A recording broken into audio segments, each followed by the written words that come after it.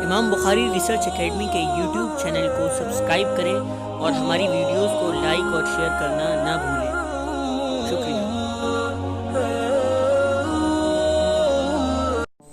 السلام علیکم ورحمۃ اللہ وبرکاتہ۔ الحمدللہ رب العالمین والصلاة والسلام علی سید المرسلین وعلی آلہ وصحبہ اجمعین، اما بعد۔ محترم ناظرین، آج کی اس مختصر گفتگو کا عنوان ہے چھوٹی دکانوں سے بھی خریداری کیا کریں۔ محترم حضرات، اس وقت کی جو معاشی صورتحال ہے وہ بڑی ناگفتہ بھی ہے۔ سال گزشتہ کچھ اس طرح کے واقعات اور حادثات پیش آئے جن کی وجہ سے لوگوں کے روزگار پر بہت برا اثر پڑا ہے، اور جس کی وجہ سے بہت سے اچھے روزگار والے بھی بے روزگار ہو چکے ہیں۔ اس وقت اس سلسلے میں ایک اہم پہلو کی طرف توجہ دلانی مقصود ہے۔ عام طور پر ہم لوگ جب خریداری کا ارادہ کرتے ہیں تو بڑے شاپنگ مالز اور بڑے جنرل اسٹور کا رخ کرتے ہیں۔ اس میں یوں تو کوئی برائی نہیں، اس لیے کہ ہر ایک کو شریعت نے اجازت دی ہے کہ وہ جہاں سے چاہے خریداری کرے، لیکن اس سلسلے میں ایک بڑی اہم بات ہے جو ہمیں اپنے پیش نظر رکھنا چاہیے۔ وہ یہ کہ ہم دیکھتے ہیں کہ ہمارے محلے میں بھی ہمارے کچھ بھائی اپنی چھوٹی سی پرچون کی دکان لیے بیٹھے ہیں، یا اسی طرح ہماری گلی میں ہمارے محلے میں کچھ لوگ ریڑھی یا ٹھیلا لے کر سبزی پھل وغیرہ بیچ رہے ہوتے ہیں۔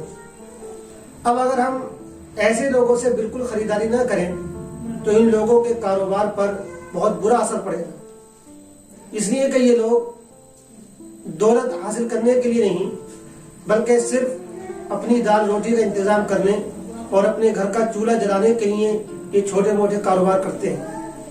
تو جس طرح ہم بڑے جنرل اسٹور اور شاپنگ مالز میں جا کر خریداری کرتے ہیں، اسی طرح ہمیں ان لوگوں کا بھی دھیان رکھنا چاہیے اور ان لوگوں سے بھی ان کا سامان خریدتے رہنا چاہیے۔ ہو سکتا ہے کہ اس میں کبھی کبھی ہم کو ایک آدھ روپیہ مہنگا لگے اور سامان 1-2 روپے کی مہنگی قیمت کے ساتھ ہمیں دستیاب ہو، لیکن ہمیں اس کی بھی پرواہ نہیں کرنی چاہیے بلکہ ہمیں صدقے کی نیت کر لینی چاہیے۔ ہمارا عجیب مزاج بن چکا ہے کہ ہم بھیک مانگنے والوں اور گدھا گروں کو تو اچھی خاصی رقم دے دیتے ہیں، لیکن یہ جو بیچارے گلیوں میں محلوں میں اپنا کاروبار چلانے کے لیے تگ و دو کرتے ہیں، محنت کرتے ہیں، کوشش کرتے ہیں، ہم ان لوگوں کا کوئی تعاون نہیں کرتے، جبکہ اگر ہم ان کا سامان ان سے خریدیں تو ان کے لیے بہت بڑا تعاون ہوگا، اور یقین جانیے ہمیں اس میں انشاءاللہ اس سے بھی زیادہ ثواب ملے گا جتنا ثواب ہمیں بھیک مانگنے والوں کو بھیک دینے پر ملتا ہے۔ اس لیے کہ اسلام نے بھیک کی اور بھیک مانگنے والوں کی کبھی بھی حوصلہ افزائی نہیں کی ہے، لیکن اسلام نے مزدوری کرنے والوں کی، محنت کرنے والوں کی، کاروبار کرنے والوں کی اور تجارت کرنے والوں کی بہت حوصلہ افزائی کی ہے۔ حضرت عمر رضی اللہ تعالیٰ عنہ کے پاس ایک صاحب آئے جن کا ہاتھ بہت سخت تھا۔ حضرت عمر نے ان کا ہاتھ چوم لیا اور کہا کہ اللہ تعالیٰ کو ایسے ہاتھ بہت پسند ہے۔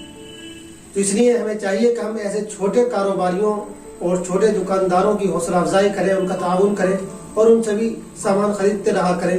انشاءاللہ ہمارا یہ عمل ہمارے لیے صدقے کا سبب بنے گا، انشاءاللہ ہمیں اس کام میں بھی ثواب ملے گا۔ والسلام علیکم ورحمۃ اللہ۔